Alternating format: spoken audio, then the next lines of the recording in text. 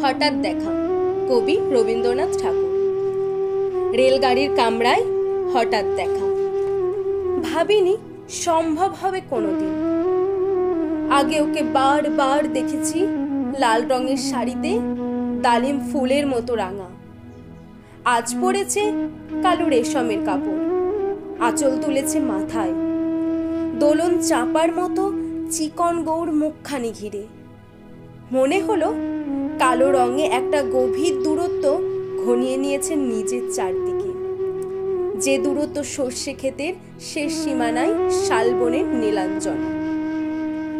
থমকে গেল আমার সমস্ত মনটা চেনা লোককে দেখলেন অচেনার গাম্ভীর্যে। হঠাৎ খবরের কাগজ ফেলে দিয়ে আমাকে করলে নমস্কার। সমাজবিধির পথ গেল খুলে। আলাপ করলেন শুরু, কেমন আছো, কেমন চলছে সংসার ইত্যাদি। সে রইল জানলার বাইরের দিকে চেয়ে, যেন কাছের দিনের ছোঁয়াচ পার হওয়ার চাহনিতে। দিলে অত্যন্ত ছোট দুটো একটা জবাব, কোনোটা বা দিলেই না। বুঝিয়ে দিলে হাতের অস্থিরতায়, কেন এসব কথা, এর চেয়ে অনেক ভালো চুপ করে থাকা। আমি ছিলাম অন্য বেঞ্চিতে ওর সাথীদের সঙ্গে।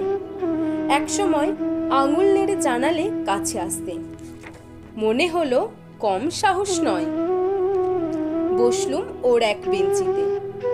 গাড়ির আওয়াজের আড়ালে বললে মৃদু স্বরে, কিছু মনে করো না, সময় কোথা সময় নষ্ট করবার। আমাকে নামতে হবে পরের স্টেশনেই। দূরে যাবে তুমি, দেখা হবে না আর কোনো দিনই। তাই যে প্রশ্নটার জবাব এতকাল থেমে আছে, শুনবো তোমার মুখে। সত্য করে বলবে তো? আমি বললাম, বলবো। বাইরের আকাশের দিকে তাকিয়েই শুধলো, আমাদের গেছে যেদিন একেবারেই কি গেছে, কিছুই কি নেই বাকি। একটুকু রইলেম চুপ করে, তারপর বললেম, রাতের সব তারাই আছে দিনের আলোর গভীরে। খটকা লাগলো, কি জানি বানিয়ে বললেম নাকি। ও বললে, থাক এখন যাও ওদিকে।